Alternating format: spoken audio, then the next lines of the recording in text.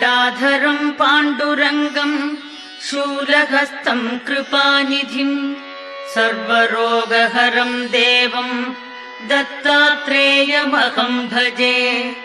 जगदुत्पत्तिकर्त्रे च स्थितिसंहारहेतवे भवपाशविमुक्ताय दत्तात्रेय नमोऽस्तु ते।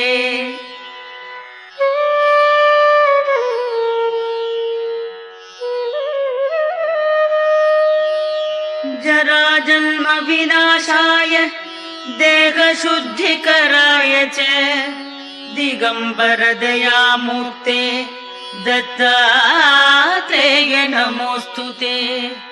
कर्पूरकान्तिदेहाय ब्रह्ममूर्तिधराय च वेदशास्त्रपरिज्ञाय दत्ता